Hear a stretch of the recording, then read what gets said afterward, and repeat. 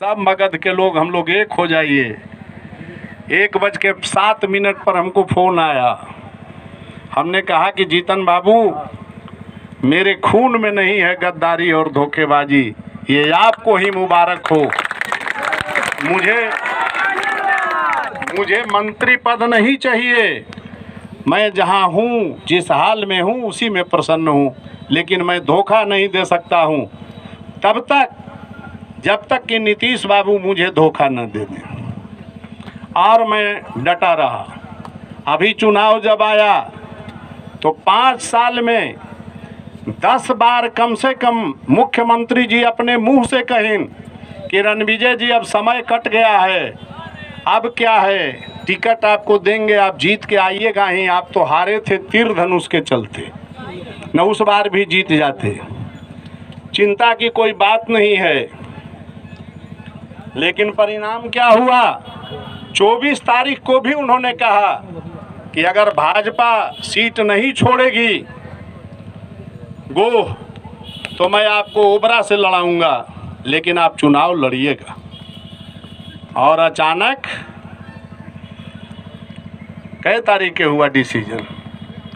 3-4 दिन पहले रात में फ़ोन आया विजय चौधरी जी का, कहें कि रणविजय बाबू, लगता है कि संभावना छीन है से अब नहीं लग रहा है कि आपको सिंबल मिलेगा। हम कहें कि एक बार बात तो हमसे करवा दीजिए। मैंने मिलने के लिए लिखवाया, आज तक खबर नहीं आया मिलने का। इंतज़ार था कि 8 तारीख पार हो जाए, ये कहीं जाए नहीं, उसके बाद इनसे मिल लेंगे।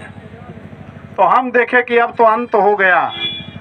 अब तो मेरी अवस्था 64 साल, 5 साल अगर फिर मैं बैठा रहा तो 69 साल, और अगला बार अगर फिर कोई जीत के चला गया तो फिर मुझे टिकट नहीं मिलेगी, फिर हो गया 75 साल।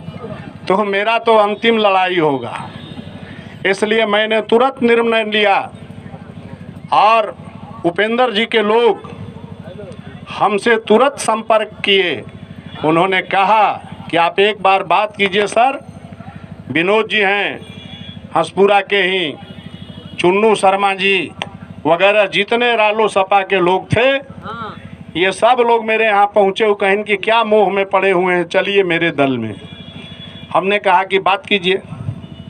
उपेंद्र जी से मैंने बात किया।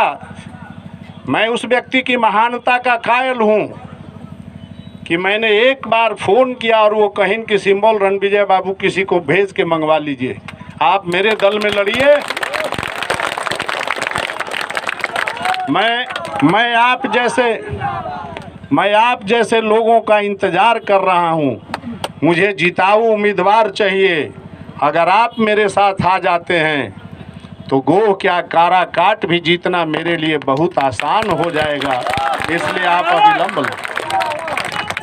मित्रों, मैं गोह, हंसपुरा और दाऊद नगर अनुमंडल के तमाम महान जनता को ये सारी बात इसलिए बता रहा हूं कि परिस्थिति यही थी। कोई ये न कहे कि रणविजय सिंह किसी लोभ में नीतीश कुमार को छोड़कर चले गए।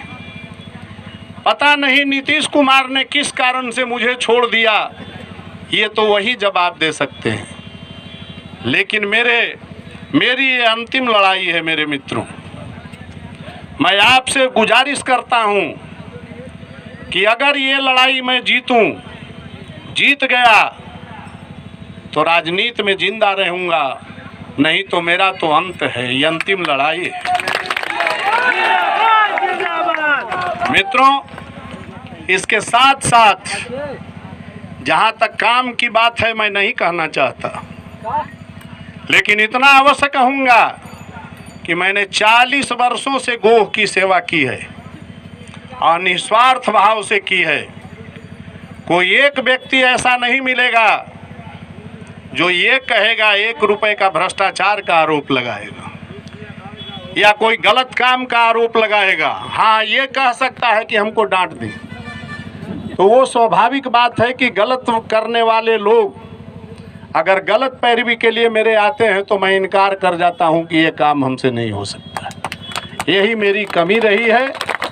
लेकिन ये बात भी सच्चाई है कि मैं जात पात से ऊपर उठकर जो भी मेरे घर पर आया कोई निराश नहीं लौटा है, क्योंकि जिंदाबाद जिंदाबाद मेरी क्षमता भर